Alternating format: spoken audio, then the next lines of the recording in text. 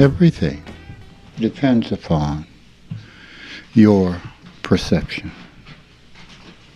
How do you see it? What idea structures do you see the world through? This allows you to make changes in your life, real changes. When I say real changes, I mean it's like a person saying, I'm not going to smoke anymore. That's not a real change. And then having to fight through that. That's not real. Because you're constantly struggling with it and have not given up on it. Have not given it up. The real change comes when it's not there anymore. It's just not there anymore. So you don't have to worry about continuing to make the same decision. Okay? What happens is we give up these ideas. There's still something left underneath there. It's kind of like an invisible connection. That invisible connection is the loop that is made by the energy flow. Now, when you come into this world, you have to make loops. You have to make the energy flow in certain ways so it creates a recognition. And you have something to compare the other things that you see with. So we'll call that a loop. It's not really a loop, so don't go looking for loops, okay? That's just a way of talking about it. That is what has to become disentangled. Hear me very carefully now about your technique. Your technique's design is so that it opens that loop. If you allow it, see, the key part here is you, the individual. That's the key part. You must allow it. So if you're doing the technique and doing the technique and doing the technique, if you're doing the technique only to be rid of the loop, it doesn't work real well. But if you're doing it to try and understand what the loop is, how it works, now something can change. If you're doing it to understand, you remember I said this a long time ago, understanding is what frees you. Understanding anything frees you from it. Now we're talking about understanding the illusion or understanding the real so that we can see what is true. So it's a real thing, and that's why some of you have been have had problems with it, and because you try and make it real. Well, you can't try and make it real. It's either real or it's not. It's real because it happens. So we see that and we let go. Now, what is letting go? Hear this very carefully. It's letting go of everything. Even the desire to let go. It's letting go of the thing underneath, the energy underneath. It's letting go of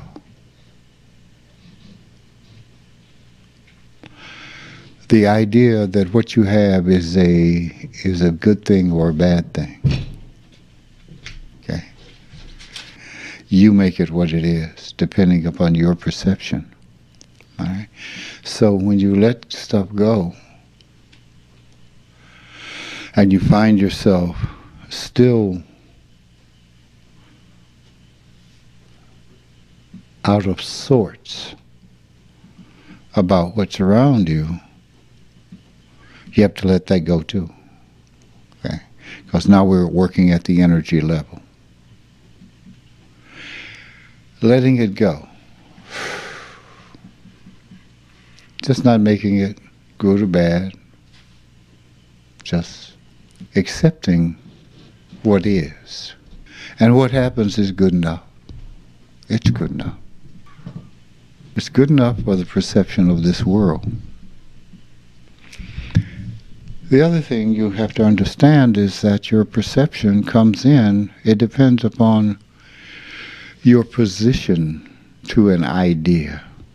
Your position to an idea when it's first introduced to you. To understand the universe, if you look at it from a position of a perceived human being, you consider yourself in relationship to that universe to be this tiny, tiny, tiny little thing. My question to you, without the idea of tiny or large, what are you? Without the idea of your being large or small, what are you? See, it's your idea of whether what you're looking at is large, or what you're looking at that is small is really small. It's your relationship to it. And when you let go of certain ideas, you can see the whole. You can see that the large is the same as the small. You can see that they're just the same thing at a different level of perception. This changes the way you view the world. This changes the way you interact with other people. It will give you peace. But the thing is, you can't expect the world to change just because you do. You have peace. It will have peace in its own time, or it won't. Because after all, this is not a place for that. This is a place to learn and grow. This is the deal. This is what is true. To see that,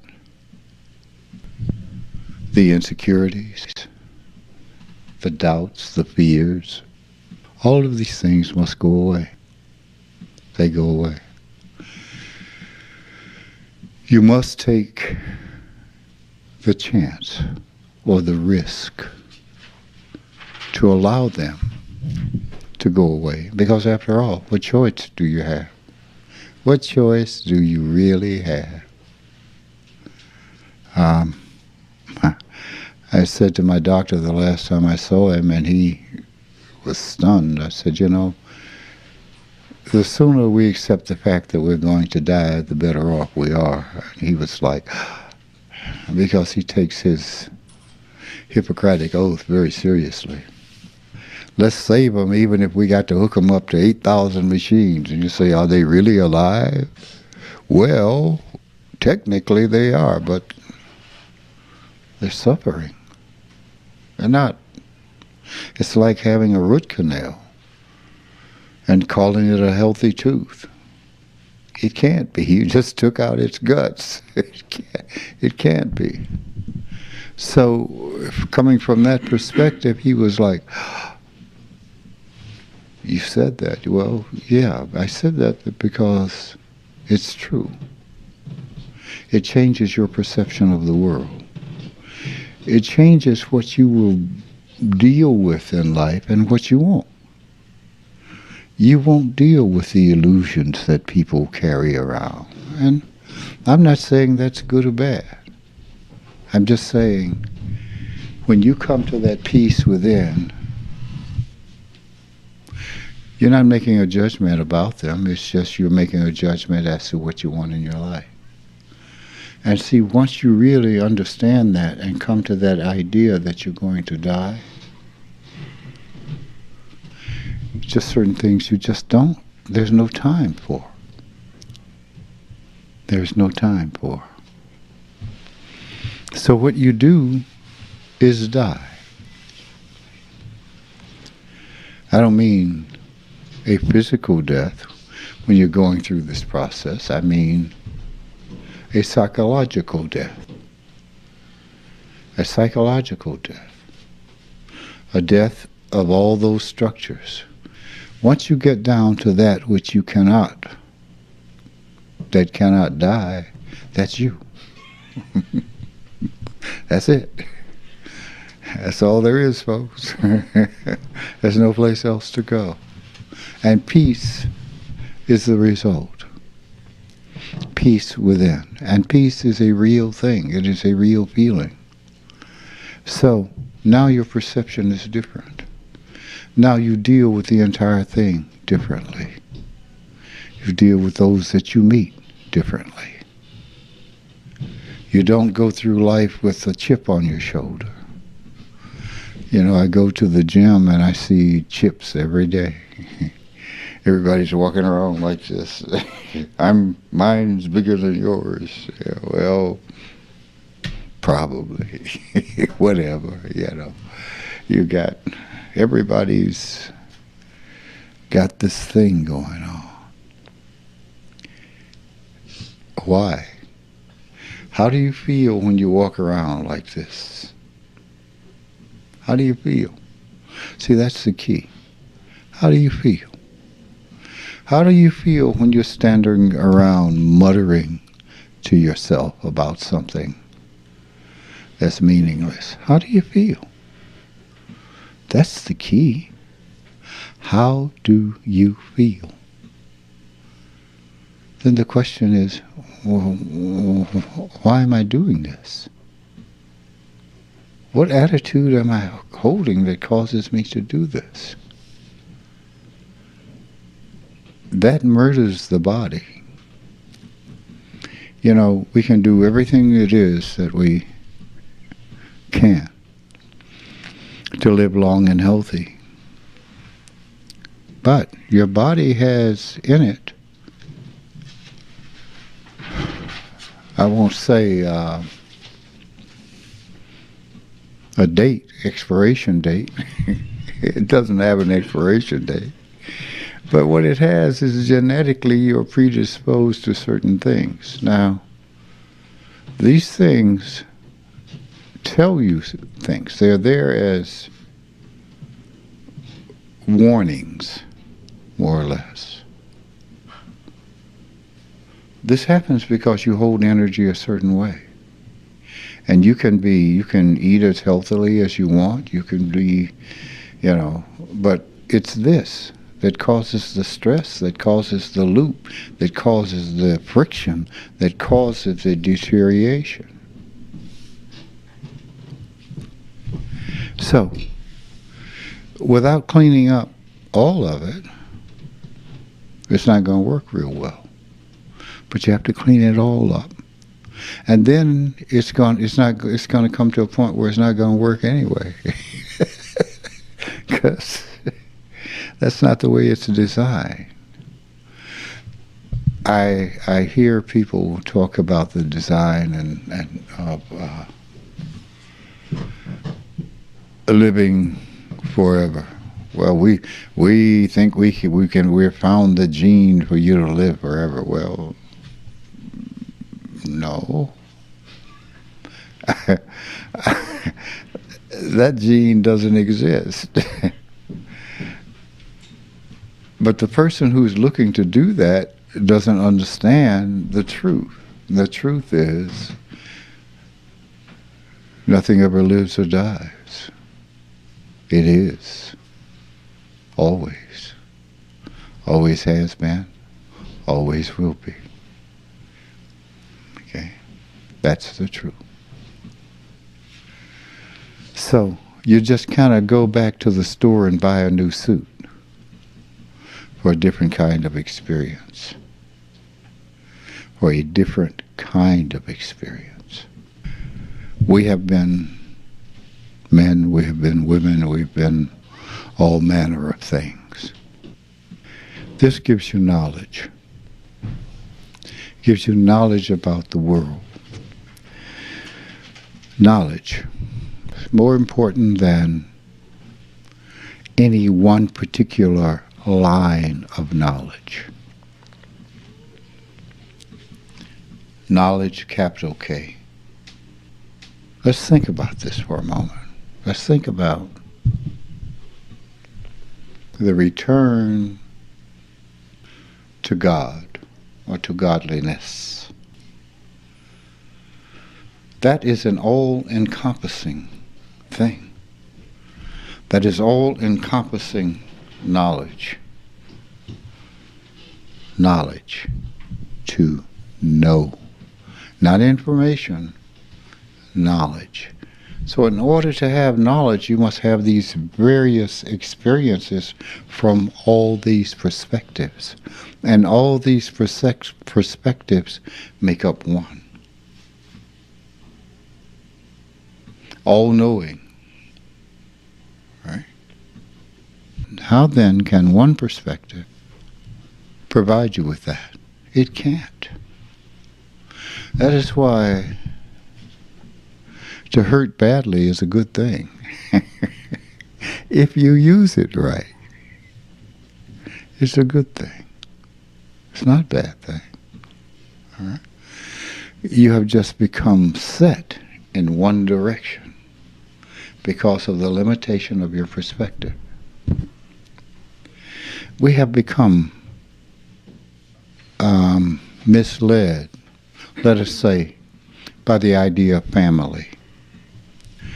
We think that that is supposed to be this never-ending, strange bond. But it isn't, okay? Everyone comes into this reality to experience reality in their way because of the perception they have constructed. That doesn't mean that you do like a reptile, lay your eggs and go on off and let them hatch and all the little reptiles fend on their own. No, that doesn't mean that. It means that the ideas that we have about it is too much. I'm a mother forever. Well, you're a person who happens to be a mother. You are that greater thing that as a part of you, one thing in you is a mother, one thing in you is a father, one thing in you is a child. It's all concepts. But you are greater than all of that.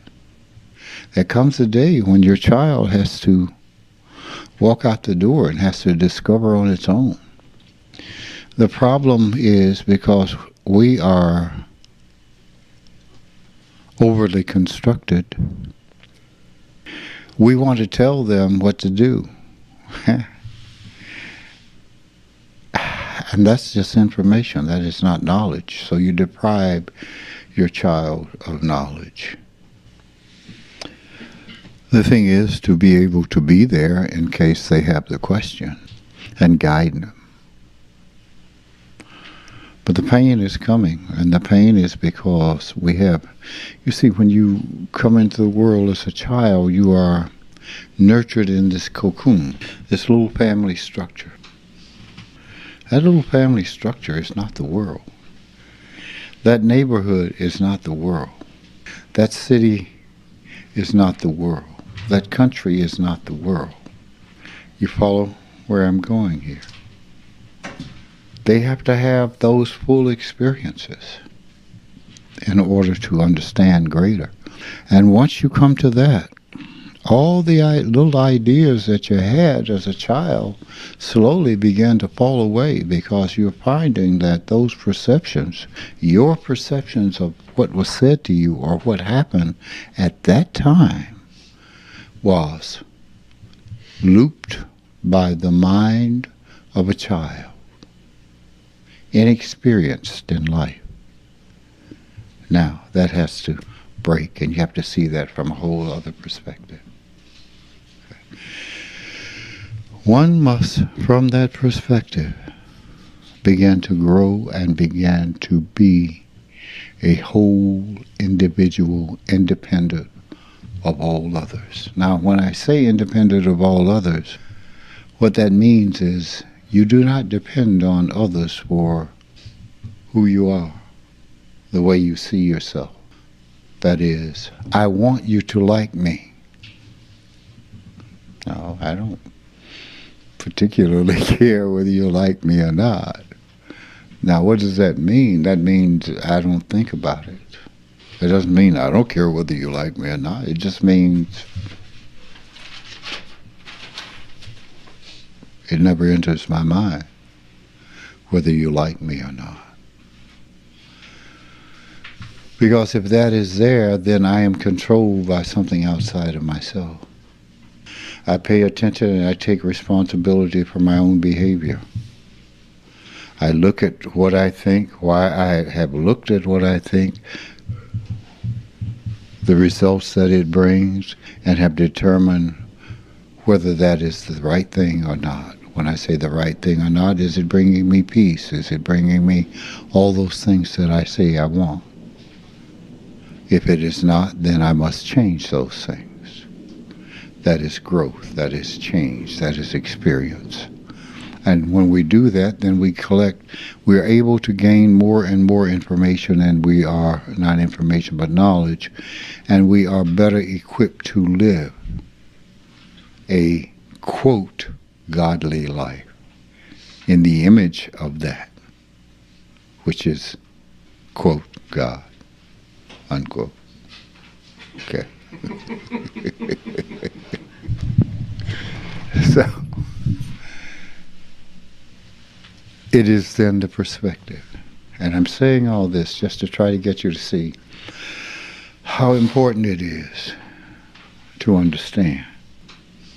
Once you understand the laws, you can use the laws. Once you understand them, you can use them. Okay. The focus must be not just to live life, but to understand life. Then I have to let go and ask greater questions. But if I'm still asking questions about relationships and jobs and stuff, then I'm asking from a narrow perspective. Doesn't mean that these things don't have their place. They do. They do. But their place is not the one that disturbs me. That's not their place. It is what it is. You know? It is simply what it is. When we change perspective, we stop making something important that really isn't important. If I know who I am and you know who we are, we can stand next to each other. There's no problem. There's no problem. There's no problem between us. There's a problem within us. And each one of us has to deal with that problem that is within us, if it's causing a problem. Okay. From my own perspective, I have a very weird sense of humor. I find everything funny. Everything is funny to me, you know. What can I tell you? It's because it's not the thing itself that's funny. It's the concept, it's the idea that is funny. The particular is not funny to me.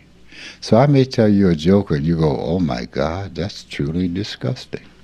But I'm coming from a point of view of the concept, not the individual thing. See, if you understand what I've said about everything exists upon a continuum, that means two sides. I understand it from the side of the pain and all that, but I also understand it from this side, the conceptual side, the funny side. I tell a story of, I don't know, I was maybe 15 or so, and my cousin, he's a few years younger than I am, he had done something to me, and I was furious. And I was just going to wipe him off the face of the map. And we were running, he's running, and I'm right behind him, and he ran through his mother's garden, which was just a couple of rows of stuff. And I'm more intellectual, I think.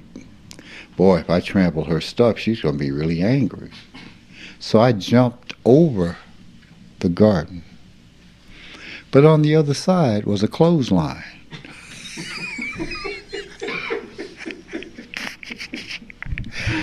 And just before it caught me right about here, there was that moment of, oh shit. And I was shot like an arrow backwards. And when I hit the ground, have you ever had the breath knocked out of you? I'm lying there like a fish out of water going, oh. And he's standing over me, looking at me, laughing so hard, tears are running down his cheeks. Now, I say that to say, I've had the experience of how in that moment, it's a very painful moment. But at the same time, conceptually, you were laughing, and so was he. You see, so we have to see that from both sides. If we see it from both sides and we understand from both sides, then we are in balance. It's called balance. Okay? We don't stand on a side and make war. We look at it and we see balance and we see how to balance because we're looking at it. This is how you come through life. You're not coming through, you know, it's like, I'm sure there are, but I don't know very many policemen with a good sense of humor. Because we see the bad side, the bad underbelly of the world. Well, come on. Look at you. Look at what you've done to yourself when you see only the bad underbelly. Look at what you've done to yourself. You have to see also the other part. And all of them have to be equal. When you are judging it as good or bad, then you've taken some responsibility that you really shouldn't take. What you're saying is, this hurts me and that doesn't. Therefore, I like this and not that. But then, all of it comes to you, doesn't it?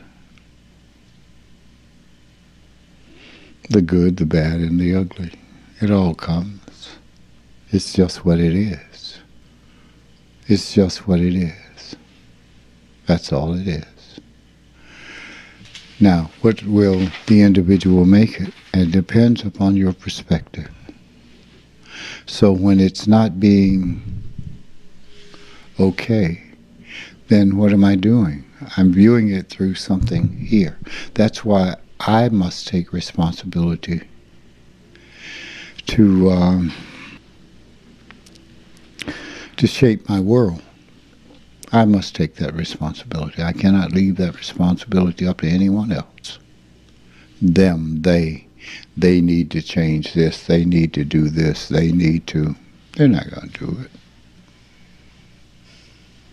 They're not going to do it. You have to do it. I'll be happy when they do this. Well, then you're never going to be happy because they're not going to do that. Whether they do that or not, whatever that is, you probably won't know because you have an opinion about what they're doing that may or may not be true. And you're viewing what they do through what you think. I just look at it. I see it. It's what it is. I understand. If you do things one way, they're pretty good. If you do things another way, they're not so good. Excuse me. So these are all things that from our perspective, that either make things happen for us or make things not happen for us. It just all depends.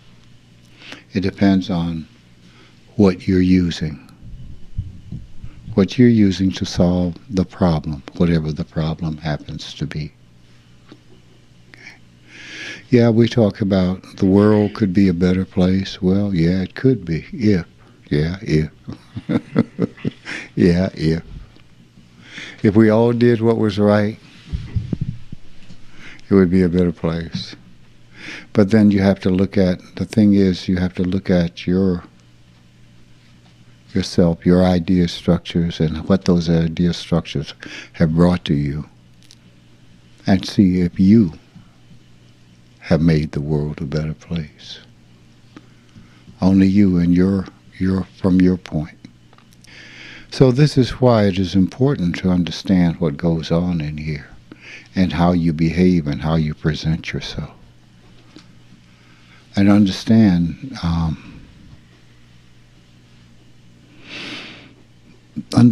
that you're not hidden, because everybody sees everybody else. They just don't see themselves. Everybody can tell everybody else what's wrong with them. And basically you can do that because that's what's wrong with you. I've said to you before, I said, where you are, I've been. So I understand. That's why I know the way out, because I've been there.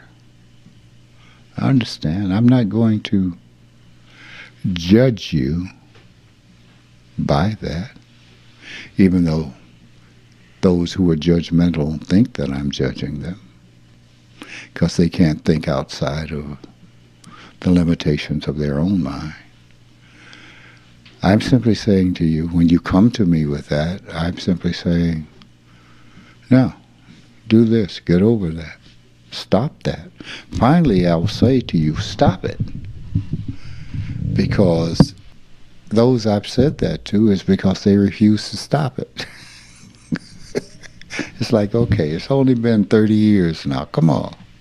What you've developed is the habit of habitualizing the answer, habitualizing our relationship, and no, I won't have that.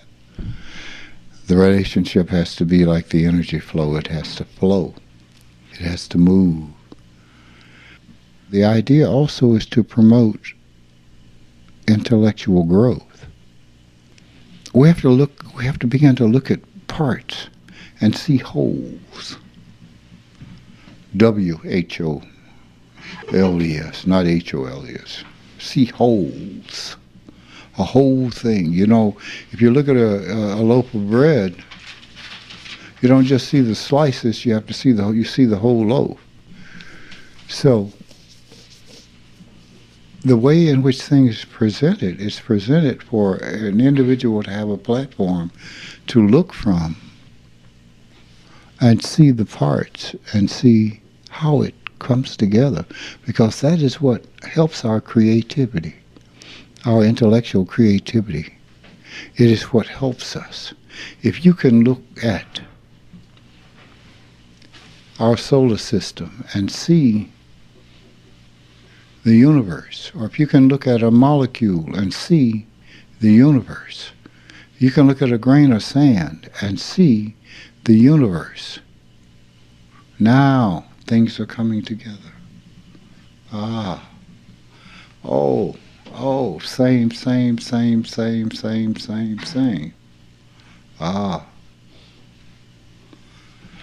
And then begin to ask certain questions. We get the answers that we need. We get the right answers because our consciousness expands. You know, there's this stupidity between philosophers or religious people and scientists. I call it stupidity because they're saying the same thing. They just don't look at it from a big perspective. The scientist looks at it, this is concrete evidence. Well, you just eliminated one thing from it. You, the participant. The philosopher has himself involved, but yet doesn't see the connection between the things, between science, or as in the Hindus say, there's reincarnation. Yeah, well, if you look at everything in the universe, it goes and comes, goes and comes, goes and comes. There's a law. Energy can neither be created nor destroyed. It just changes forms. It changes from one form to another, and then from that back, and so forth. And so what is reincarnation except this? So when you look, you see. When you look with an open mind and you look from a greater perspective. When you look from what has been taught to you through schools, religion, and accept that information, you don't think. If you just accept that information, but if you have questions. See, it is not God who has a problem with your asking questions. It is people that don't know the answers that have problems with your asking questions. When they don't know the answer, they get all upset. No. Again, let's take that story of Adam and Eve. Come on.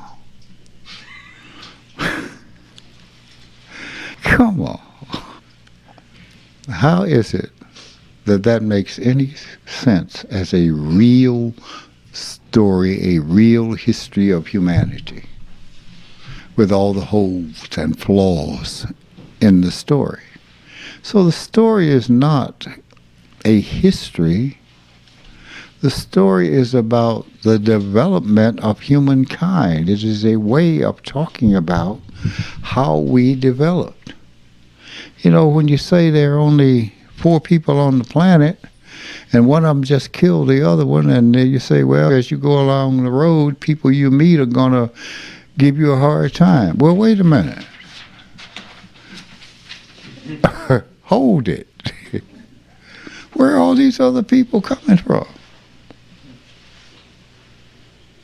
Where do they come from? You know, you got 2 sons, and all of a sudden they got wives. Where did these wives come from?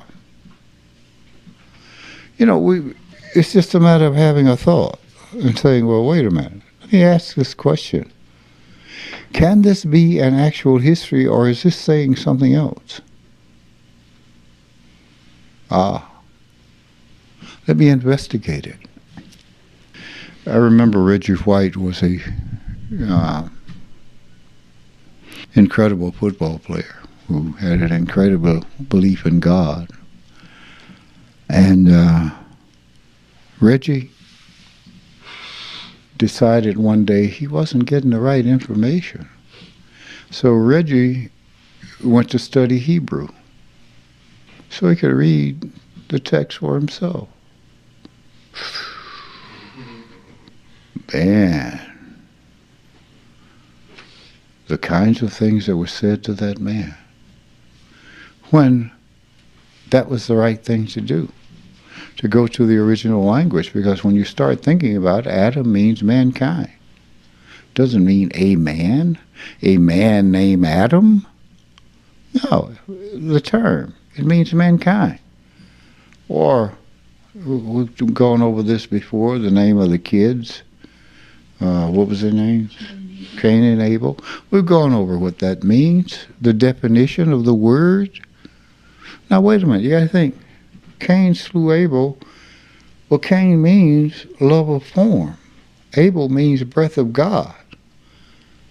Isn't there a light coming on somewhere in there when you ask questions? But you have to have the proper perspective to ask the question. You can't just ask the question from and hold on to the old perspective. And then you've got to say, well, wait a minute. Could all these people be wrong? And you got to accept the answer. Yes. They could, and they are. Now, It's not up to me or anyone else to go around telling them that they're wrong. That's, I remember when I was going to Atlanta, and I've forgotten, this is the Bible Belt, all through there. And you ask me, I'll tell you. You know, I don't know. I figure if you asked me, you wanted to know. And there were several women who asked some questions, and I gave them the answers. And I saw the fear in their faces and the uncertainty in them. They weren't ready to hear it. They weren't ready to hear that answer. They were ready to hear the Reverend's answer because the Reverend didn't require anything of them. I guess what I'm saying is not everyone is ready or prepared to hear. So yes, look at any bell curve. You got real stupid, less and less stupid, less and less stupid, less and middle. Whoa, middle. Smarter, real smart. Okay. That curve, that's not just a picture, it's a picture of the minds of human beings. It's just what it is. It's not saying good or bad. It's saying most of us have thoughts, but few of us really think. Really come from a process, a perspective that allows for answers. Because we don't want to hear answers. We don't want to hear answers. Basically, we just want to be right. We want to make some money. We want to do our job in whatever way we do that job. We're not trying to solve the problems. The perspective is too small. We expand the perspective. We expand the perspective about all things.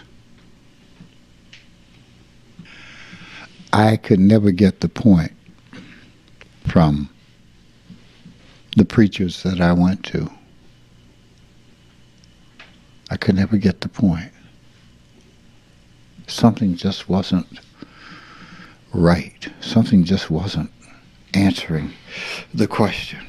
I could never get the point from the teachers that I went to.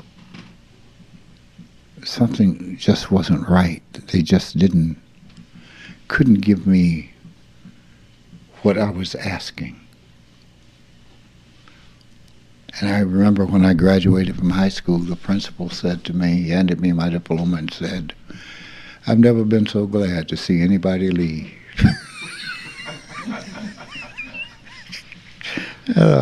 Thanks. Well, I always had a question.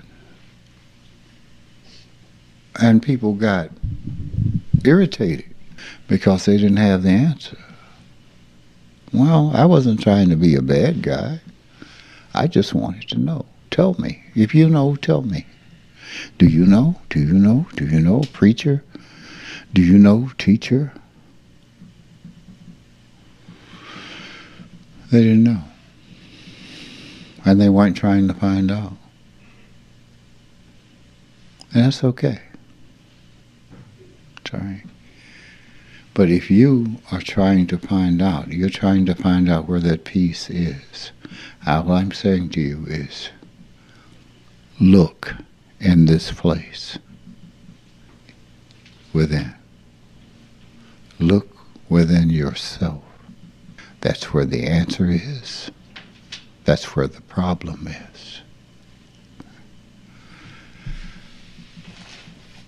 You know, if you have a general idea of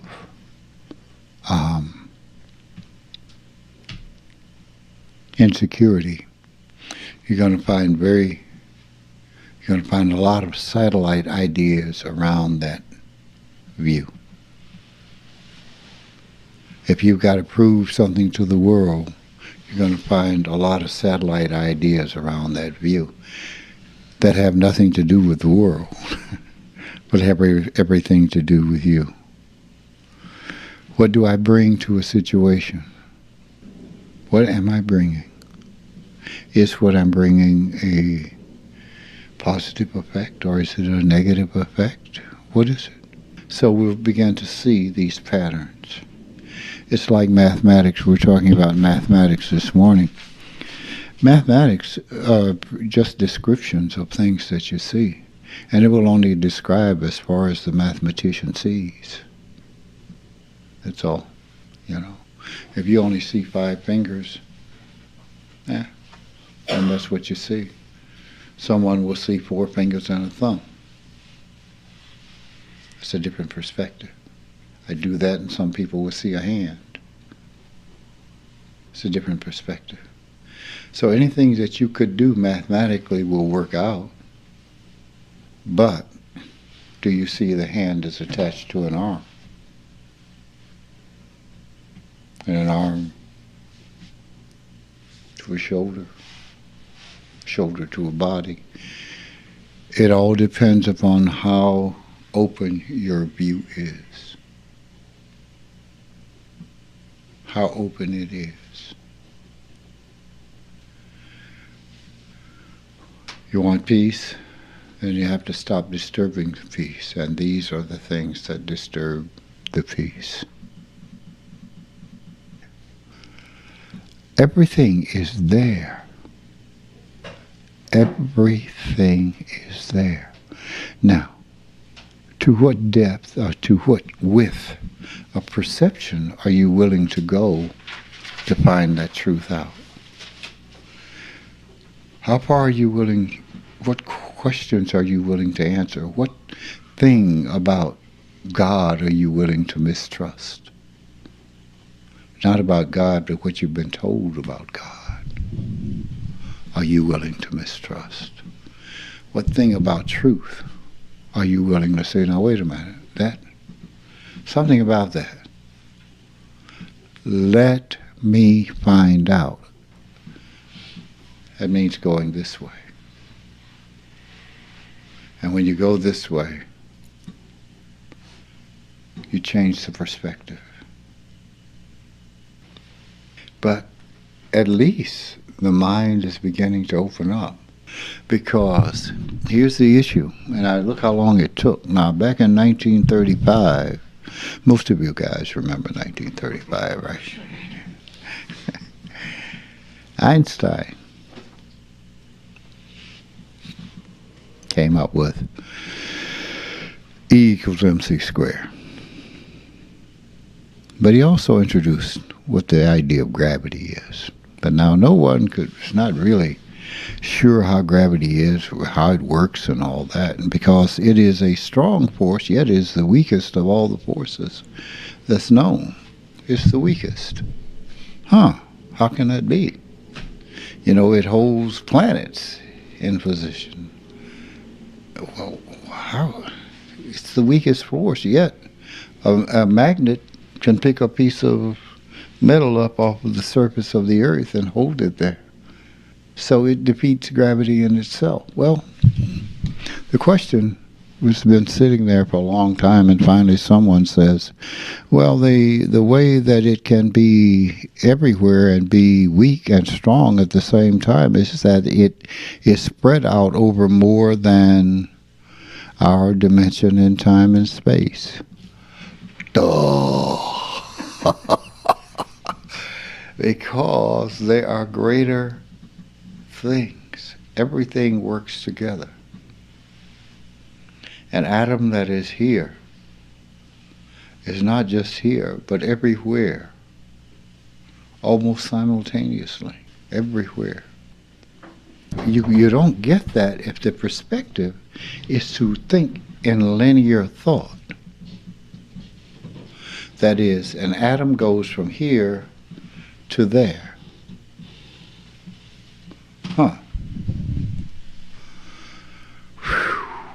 That's pretty fast. It goes from here to there and stops at each one of us, everywhere in the world and everything in the world, like that.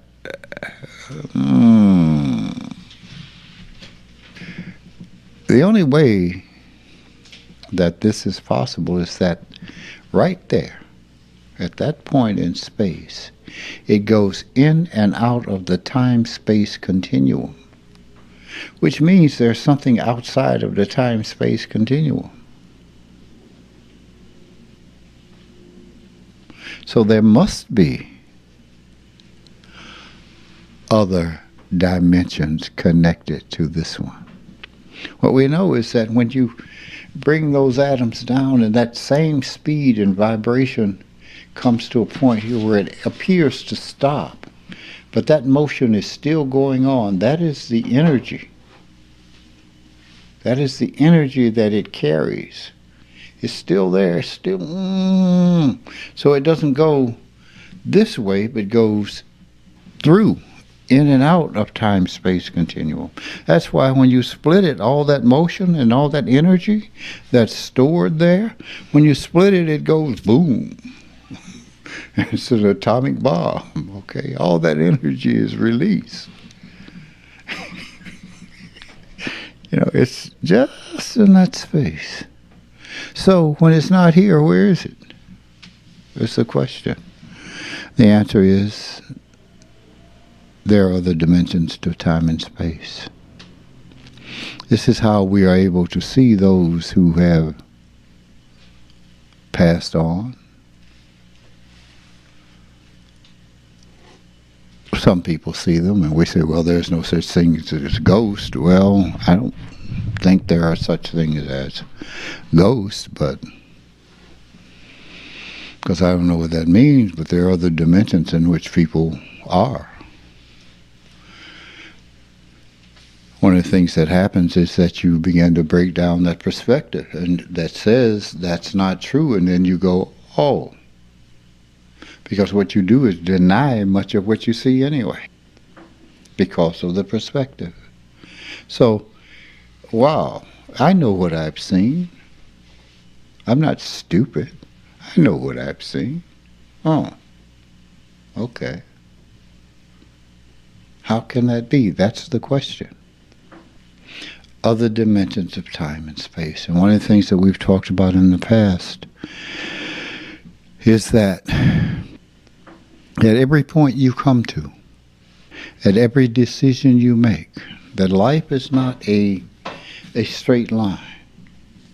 Every time you make a decision, one decision goes this way, one goes this way.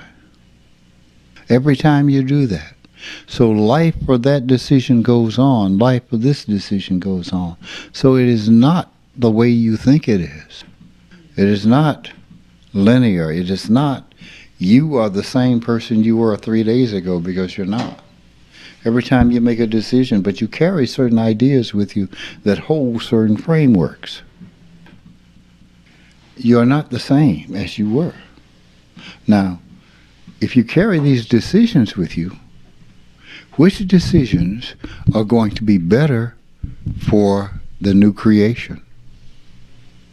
At that point where something splits, which decision is going to be the better idea to carry forward with you?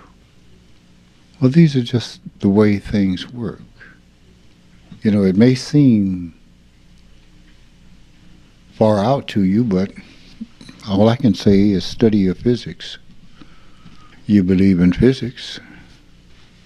They've done a lot of stuff for you. It's right there in the book. Read that book. And you can go, oh, okay, yeah. But if you go here and clean this up, you're able to see. When we stop playing games, we're able to see. When we stop making the game more important than it is, we're able to see. I think that's going to be about it for the day. Thank you. Have a good one. Enjoy.